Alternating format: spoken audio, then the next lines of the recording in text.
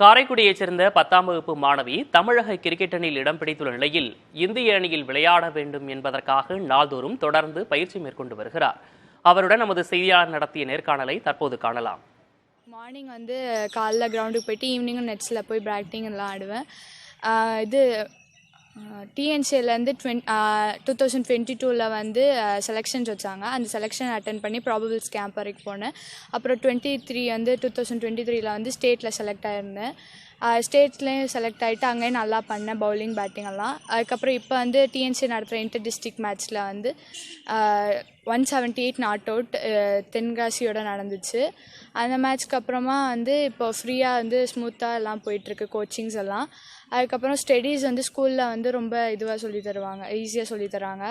எந்த இதுவும் இல்லாமல் பேலன்ஸ்டாக போகுது, கிரிக்கெட்டும் சரி ஸ்டடீஸும் சரி. ஸ்கூல்லேருந்து நல்லா சப்போர்ட் இருக்குது. லீவு கேட்டாலும் கொடுத்துருவாங்க, ஒன்றும் சொல்ல மாட்டாங்க. அதுக்கப்புறம் கோச்சிங்க்கு என்னை தினமும் அப்பா சார்கிட்ட சேர்த்து விட்டுட்டு குவைத்துக்கு போயிட்டாங்க வேலைக்கு. அம்மா தான் என்னை கூட்டிகிட்டு வந்துட்டு இருப்பாங்க. லாஸ்ட் 2 இயர்ஸாக அவங்க தான் கூட்டிகிட்டு வந்தாங்க. அதுக்கப்புறமா தான் அப்பா சொல்லி கொடுத்தாங்கலாம். அப்பா நல்லா விளாடுறனால எனக்கும் அதில் இன்ட்ரெஸ்ட் நான் விளாண்டேன் சார். இந்த கிரிக்கெட்டில் நீங்கள் என்ன சாதனை பண்ணணும்னு நினைக்கிறீங்க? கிரிக்கெட்டில் இந்தியன் டீம் போய் நான் அச்சீவ் பண்ணணுன்னு இருக்கேன். அங்கே போயிட்டு நம்ம நாட்டுக்கு பெருமை சேர்க்கணுன்னு இருக்கேன். மித்தாலி ராஜ், ஷஃபாலி வர்மா அவங்கள மாதிரி ஆடணும், அந்த மாதிரி இருக்குன்னு தான். சரி, கிரிக்கெட்டில் நல்ல ஒரு ஆர்வமாக இவ்வளோ சின்ன வயசுலேயே ஒரு மிகப்பெரிய பிளேயராக வந்திருக்கீங்க. படிப்பில் உங்களுடைய ஆர்வம் எப்படி?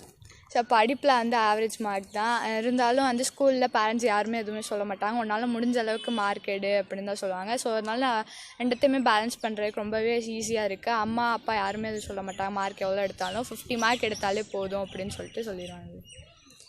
ஓகே, இந்த கிரிக்கெட்டு விளையாட்டில் மிகப்பெரிய உச்சத்தை இந்த பொண்ணு தொடும் அப்படிங்கிறதுல எந்த அளவு சந்தேகம் இல்லை.